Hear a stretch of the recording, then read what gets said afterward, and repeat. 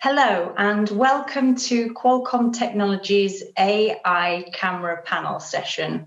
And I'm delighted to be joined by our panelists here today, Jerome Jarquin, Victor Solomenko, Justin Frintz, and Scott Brothers. Today's session is going to cover the technologies and innovations driving next-gen AI cameras. We'll talk through some of the use cases, and we'll also explore how video is contributing to the digital transformation across sectors. So without further ado, if I can invite the panelists to run through an introduction to their companies and a little more on the role and contribution they're playing in the ecosystem. Jerome, over to you. Hey, good afternoon, everyone. As Hélène said, I'm super glad to be here. My name is Jérôme Jacquemin. I am a part of the product marketing and the technology team of Qualcomm here in Europe, so covering IoT as well as XR as well. And the vision of companies such as Qualcomm is to interconnect people and also all the objects surrounding them, their lives, and to help, let's say, different entities proceed with digitization of their activities, basically. Good afternoon, colleagues. My pleasure as well to be here. I'm representing Thundercomm, which is a joint venture in between Thundersoft and Qualcomm. We are specializing on Qualcomm technologies. Yes, I'm Justin Frintz, so I'm responsible for the operating system in security and safety things. And with security and safety things, we are we will deploy a application ecosystem towards security cameras. Thanks, Helen. Great to be here. My name's Scott Brothers. I'm the Chief Operating Officer for ONVU Technologies. We are a tech business that go to market via 3 different brands, OnCam, ONVU Retail, and ONVU Learning in the education and retail sectors, as well as the security sector. We have a long history dating back around 14 years with camera technology, and we've recently moved into cloud-based technology. Our relationship with Qualcomm began around 2 years ago when we decided to standardize our new range of cameras on Qualcomm technologies and putting it at the heart of what we do. So it's been a very exciting 2 years so far. Super, thank you all. Okay, so if we get the questions underway, Jerome, if we can kick off with yourself. So can you share a little bit about what we mean when we talk about digital transformation and the impact it's having across multiple sectors? Absolutely, Helen. First off, maybe we need to think about what we mean by digitization. And digitization is all about leveraging, the always improving computing capabilities and innovations that we continuously develop in a company such as Qualcomm, with the aim of making systems smarter, more efficient, frictionless, and useful to not only people in their day-to-day life, but also to many sectors like enterprise sectors, obviously, industrial sectors, medical, etc. At that stage, maybe it's worth taking one example to illustrate this, and obviously in the camera domain, as we're here in a camera-oriented panel. Let me talk briefly about presence detection. For the time being, those days, it is mostly done thanks to passive infrared technology, PIR. And what those tools do basically is just within a given field of view to detect whether there is a presence or not, period. This is it. Well, what is going to happen if we make it smarter by defining within this field of view a region of interest that you want to focus on, just on that region of interest, and then to be a bit smarter and basically to say, all right, I just don't want to detect any kind of movement, but to make sure that I detect a movement and that I take appropriate action only when this is a human person who is detected and not a pet, a dog or a cat or whatever. This is just one example about how to make things smarter and more efficient. And by the way, we do have those kinds of solutions within Qualcomm in a very compact way, battery-powered solution, and so super low power, super compact, and super fast in terms of a first frame acquisition. So that's just one example about what in this area digitization would mean, Helen. Super, thank you. Victor, can you talk a little more about the relationship with Qualcomm and how you provide access to Qualcomm technologies for your customers? We've started cooperation with Qualcomm in 2010 with reference design project, and success of it allowed to extend our cooperation pretty fast lately. Joint projects, laboratories, extension of geographical cooperation. Process was ended with establishment of joint venture, Thundercomm, and this put our relationship to the next level. So nowadays we are fully trained, experienced value scaling partner of Qualcomm. We are providing IoT core platforms.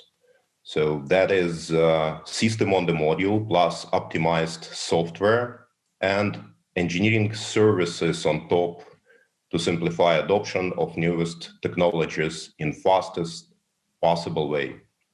We can consult on technology selection, help with hardware design and manufacturing, simplify logistics and legal processes, work together with customer on proprietary and unique feature implementation, support upgrades, changes, modifications. Basically, if needed, we can offer full product development cycle based on Qualcomm technologies to our customers. Justin, in some of the messaging and marketing, you focus very much on unlocking innovation. Can you expand a little on what that means exactly for you? Yes, so unlocking innovation, we think that unlocking the ability of doing video analytics on security cameras, it's a big thing. You hear it everywhere.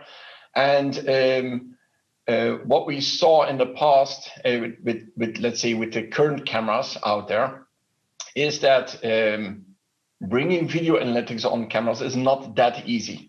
So you see that camera systems are equipped with, let's say, the standard video analytics like face recognition, left luggage detection, etc.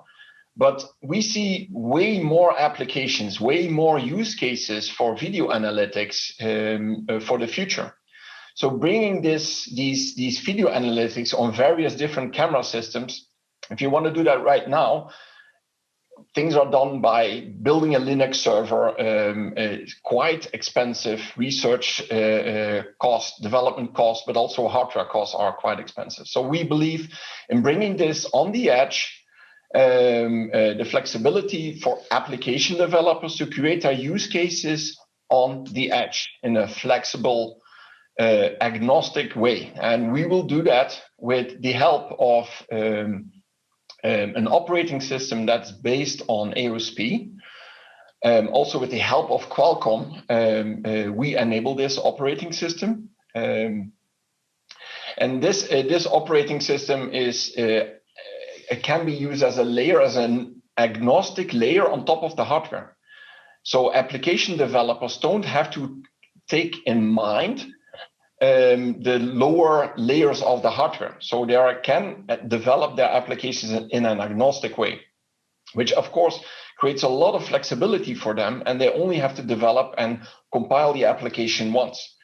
Next to that, we also have an application store, which is right now, we have, I think, 88 applications in our application store that can be deployed on different brands of cameras, as long as it supports our operating system.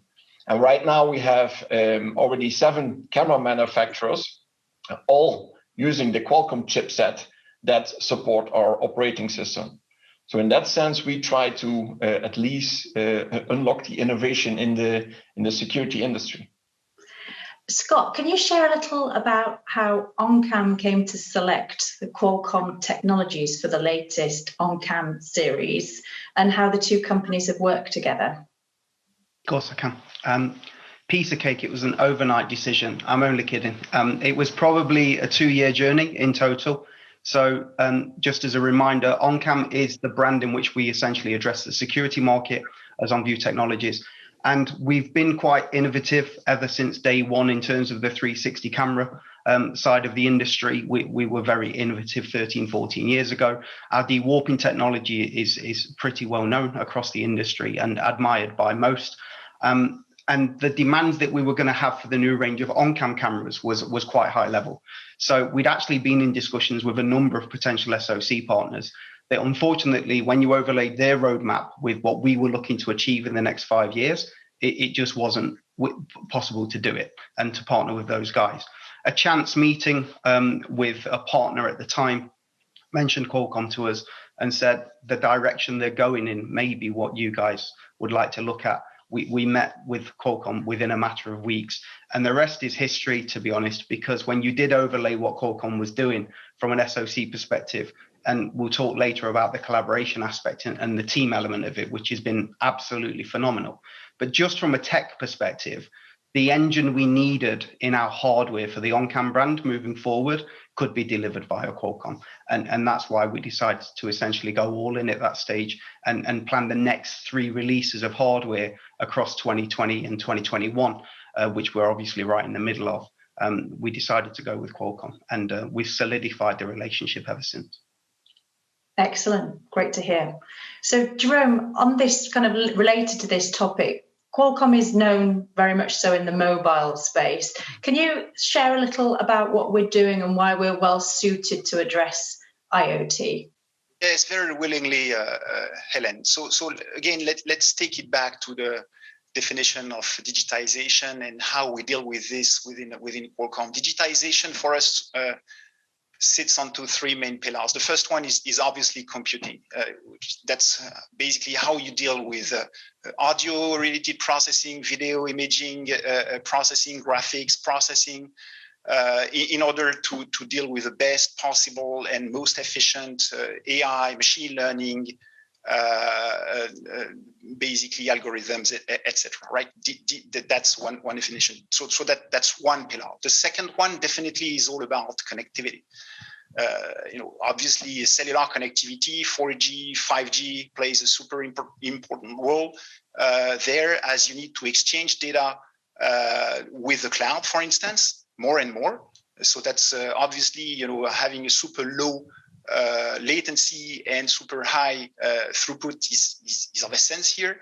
But not only cellular connectivity, but also GNSS, obviously Wi-Fi, Bluetooth, 11AD, etc., right?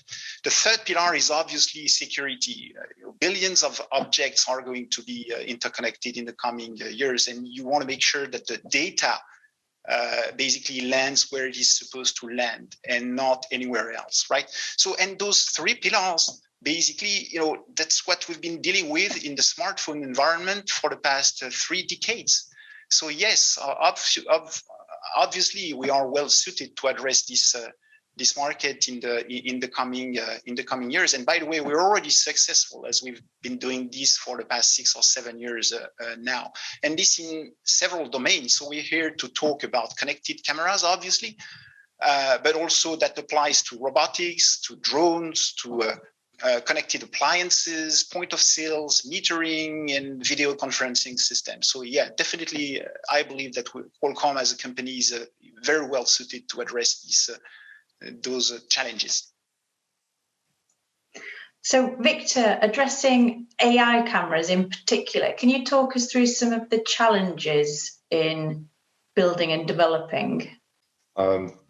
Yeah, indeed. It's very actual and I think quite a generic question at the same time.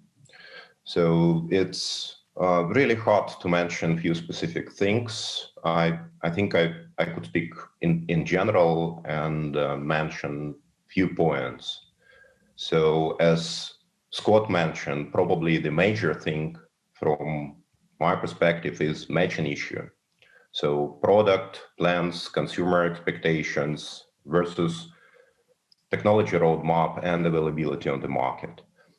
It is about finding the balance between selection of right technology from very wide portfolio of AI-enabled Qualcomm chipsets and particular AI models customer is planning to use.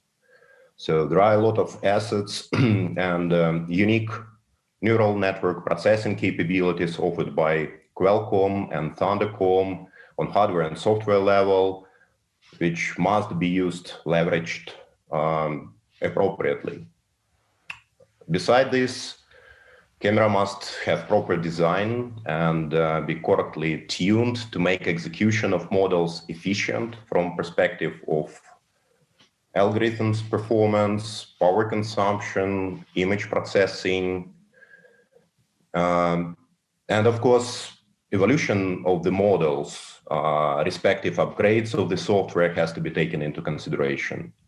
Good thing that jointly with Qualcomm, we can guide our customers through this complexity and free up their resources and time to focus on core things for their business.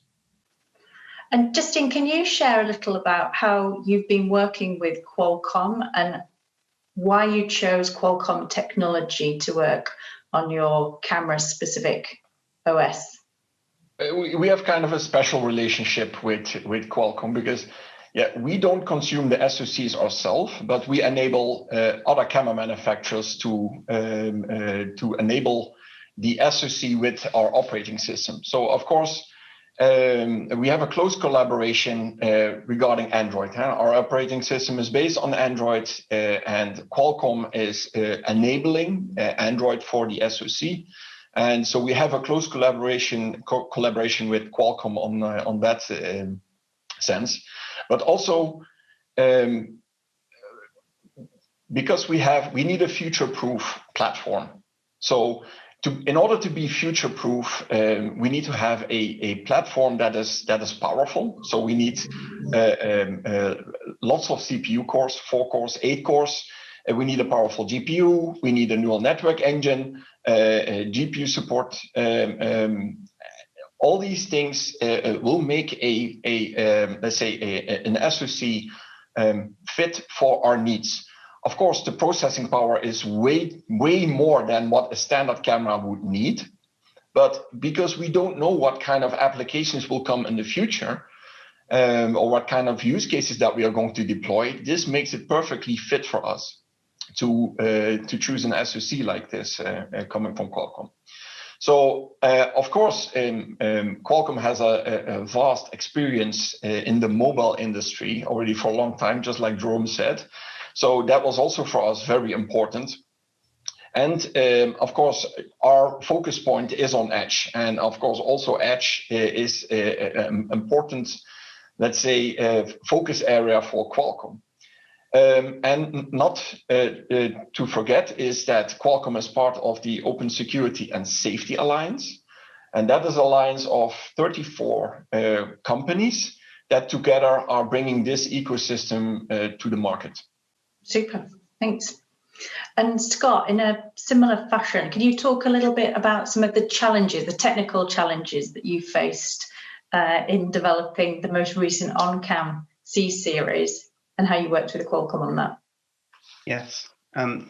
Again, I'd love to tell you it was an overnight thing and there were no issues, but I don't think my development team would thank me for going into the complexities of how they solved compression in the image pipeline, because that's clearly their area of expertise. But fundamentally, the biggest challenge that we face on the OnCam hardware side of the business is that we're dealing with large images. So being a fisheye expertise business is how do you get those images at the size that you want through that image pipeline while maintaining the frame rate that we were adamant that we wanted to achieve at the beginning. So I remember the first sessions with Qualcomm and saying, right, we want a 12 megapixel camera that can do 55 frames per second. And they was like, okay, then we think our engine can do that. As Justin and the other guys on the call know, the implementation of that then becomes exceptionally difficult. And I think there's the obvious tangible upside of working with Qualcomm, which is looking at the spec sheet of the engine, so to speak, and the SoC that we chose, and go, okay, on paper, it appears it can deliver. But it's probably the 600-700 calls and meetings that then happened across a 24-month period of our teams just constantly collaborating and solving problems. I think Qualcomm Technologies have enjoyed it because we have an experienced team that are fantastic on cameras. And I think we've pushed the guys at Qualcomm, and equally the guys have pushed back. And our scaling partner, obviously, that was introduced to us via Qualcomm, have been important in this process as well. But at each juncture, whether it's the size of the image, the frame rate we were dictating, the fact that we have two forms of compression, one a proprietary one and one a more industry standard one that needed to be implemented, we were consistently pushing the envelope. And together, I'm very glad to say, on the C12, we've managed to overcome all of those challenges. Jerome, looking more broadly, can you share a little about the approach Qualcomm is taking to IoT and specifically addressing AI cameras? Yes, of course, Helen. And first of all, I think that Scott, Justin, and Victor already said a lot about that, and I'd like to thank them for that. Obviously, what we did over the past years was to unveil what is called a vision intelligence platform. And again, that's all about image pre and post processing, having the right image pipeline, thanks to strong ISP image signal processor integration on chip. But this is not all. You need to do something with the image, machine learning and complex AI, obviously, thanks to heterogeneous computing, using multi-core CPUs, GPUs, and DSPs, obviously.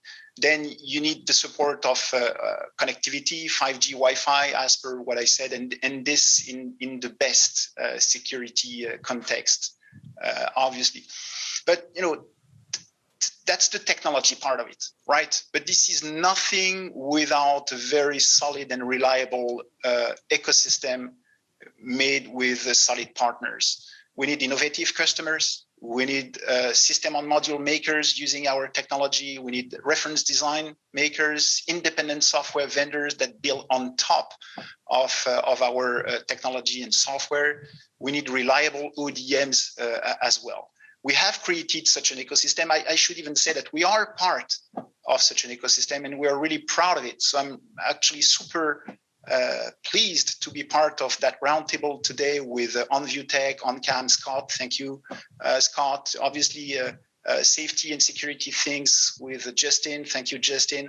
And obviously talented sound maker and solution maker such as Thundercomm. So I'd like to thank you, Victor, as well. For this, we feel really proud in being part of such an ecosystem. Excellent. Victor, regarding Thundercomm, can you talk a little bit about some of the support services that you offer customers? Of course, it could be quite a long speech. Because, we are offering quite a wide range, honestly, and keeping it short, I would probably describe it from the product lifecycle point of view. So we can start engagement and provide services at the very beginning with consultancy and training services. Basically can provide support on Qualcomm technology enabling and evaluation against the product or marketing requirements. If we can move forward, so I would mention our services related to the hardware design, customizations of the design which is already made on software and hardware level. We can provide complete solution on the board support package with proprietary set of the peripheral devices, can help with integrating middleware components and applications. Basically, at this stage, we are offering quite a solid foundation and technology basis for creation of new product. And finally, I just can mention again that we can offer manufacturing life cycle management kind of support and help with required certification. Justin, looking ahead, what's your vision for how video will contribute and impact IoT across different sectors? Yeah, so video is very, very important. So you can say that video is kind of the eyes of a security and safety system, surveillance system. It's from the range of sensors, vision, image is the most important. And of course, what you can see is that an image sensor is generating a lot of data. And what is very important is to extract the real true information out of every pixel that will be processed. So so in the various, let's say, sectors, think of, for example, retail analytics, doing flow management, theft, violence, lost child detection. You can think of situational awareness cases.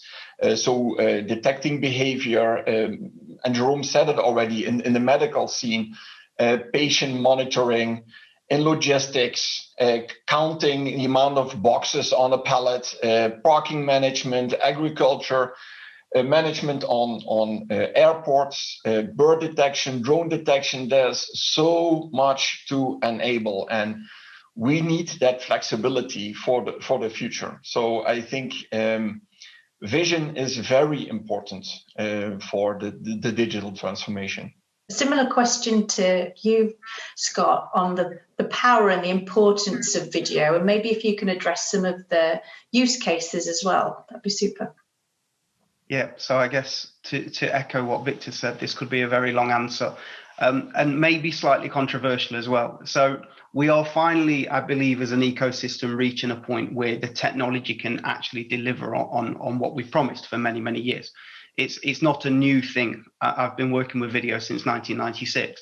It's not a new thing to say that we want to leverage video for much more, and there's this utopian dream. And we, Justin's just probably listed a dozen potential use cases. We have a saying within ONVU Tech, a strapline we use, which is empathy-led technology. Technology is absolutely fine, right? And it's wonderful and it's great and it excites people like us. That's why we work with it.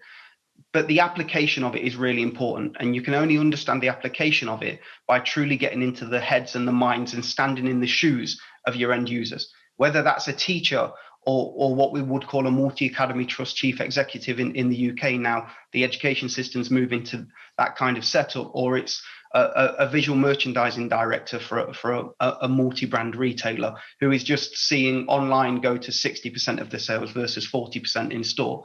So you can deploy cameras and you can tell them they can do flow management, etc. Justin's absolutely correct. But what do they actually need? Because there's probably two specific things. Then there's the complexities around getting them that information, delivering that data via a web-based dashboard in a really seamless, Jerome said earlier, frictionless, in a frictionless fashion, while maintaining data privacy, safeguarding issues that you may have in education. We're biased on this call. I believe there should be a camera everywhere as long as it doesn't impact people's privacy too much, because I believe that video can bring a richness of data that no other sensor can. And it complements all of the sectors that we're talking about. In education specifically, there's a global teacher recruitment crisis in the UK, as well as many places abroad. And the ability to retain those teachers by giving them tools and technology to reflect on lessons, for example, to improve student outcomes is something we're really passionate about in our learning division. Again, there are complexities to get that deployed, but I think you have to go to there, work with the end user, and then come back and go, right, how do we then deploy that tech for that specific challenge? But the opportunities are endless, but I believe it's incumbent on all of us to really drill down to the exact use cases. Well, that concludes the time that we have for our session today. So a huge thank you to Victor, Justin, Scott, and Jerome for your contributions today. Thank you very much.